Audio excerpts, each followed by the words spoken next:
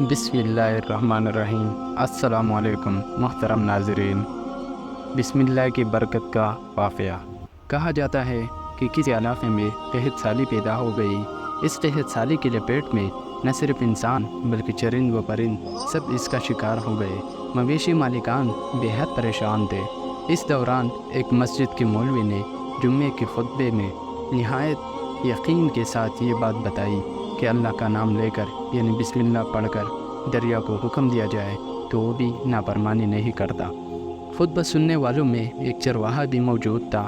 مولوی کی یہ بات اس کے دل میں اتر گئی اور اس بات پر اس کا یقین کامل ہو گیا۔ اس نے واپس آ کر اپنی بکریاں کھولی اور سیدھا دریا پر چلا گیا۔ اونچی آواز سے بسم اللہ الرحمن الرحیم پڑھا اور دریا کو کہا وہ اپنی بکریاں چروانے کے لیے دوسرے پار جانا چاہتا ہے اور اسے کہا کہ مجھے اپنے اوپر سے گزرنے دے۔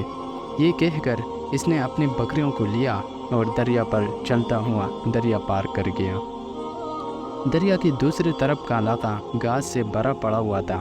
درختوں کے پتے بھی سلامت تھے کیونکہ کسی کو یہاں تک آنے کی رسائی نہیں تھی۔ اس نے خوب اچھی طرح اپنی بکریوں کو سیر کروایا اور واپس لوٹ آیا۔ پھر یہ اس کا معمول بن گیا کہ وہ بکری پار چھوڑ کر واپس آ جاتا اور شام کو جا کر بکریاں واپس لے آتا۔ اس کی بکریوں کا وزن دگنا چگنا ہو گیا۔ لوگ چونک گئے اور اس سے پوچھا کہ وہ اپنی بکریوں کو کیا کھلاتا ہے۔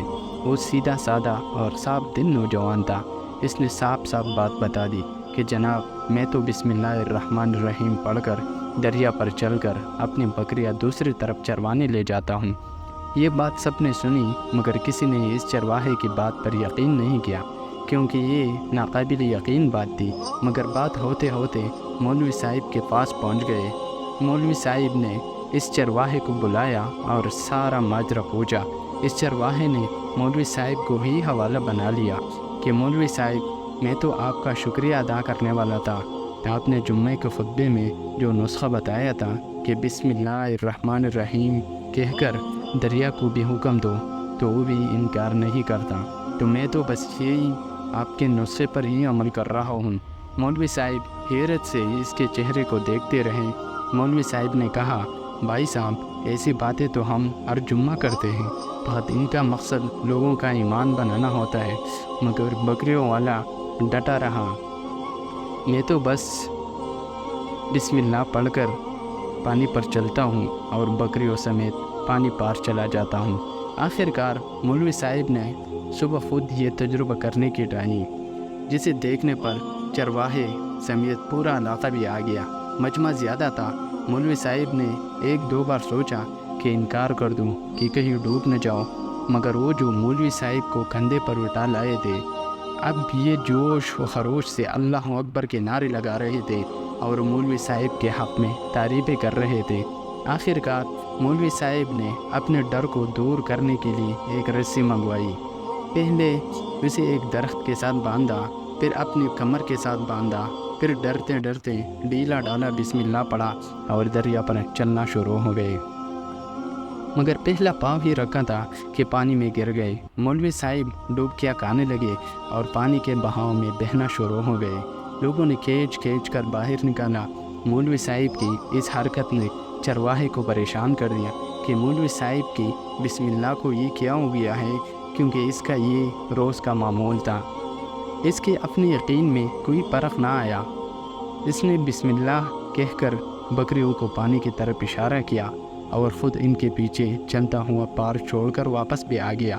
لوگ اسے ولی اللہ سمجھ رہے تھے اور اس کے حق میں نعرے لگا رہے تھے، مگر وہ سب ہی بے نیاز سیدھا سادہ انسان تھا اور وہ مولوی صاحب کے پاس پہنچا اور کہا مولوی صاحب میں آپ کی بسم اللہ کی تعریف سے کافی پریشان تھا، مگر پانی پر چلتے ہوئے مجھے آپ کی بسم اللہ کی بیماری کا پتہ چل گیا۔ اس چرواہے نے درخت کے باندھی ہوئی رسی کی طرف اشارہ کیا اور کہا مولوی صاحب یہ ہے آپ کی بسم اللہ کی بیماری، آپ کی بسم اللہ کی برکت کو یہ رسی کھا گیا۔ آپ کو بسم اللہ سے زیادہ اس رسی پر بھروسہ تھا، لہٰذا اللہ نے بھی آپ کو رسی کے حوالے کر دیا۔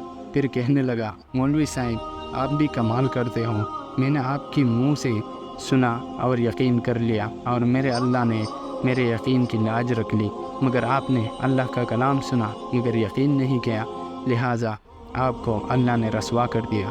محترم عزیز دوستوں، یہی کچھ ہمارا حال ہے، ہماری نمازوں اور دعاؤں کا حال بھی یقین سے خالی ہے۔ تو دوستوں، اگر ابھی تک آپ لوگوں نے ہمارا چینل کو سبسکرائب نہیں کیا تو کائنڈلی چینل کو سبسکرائب کریں اور ساتھ میں بیل آئیکن دبا دیجیے تاکہ ہماری ہر آنے والی نئی ویڈیو آپ کو ٹائم پہ ملتی رہیں۔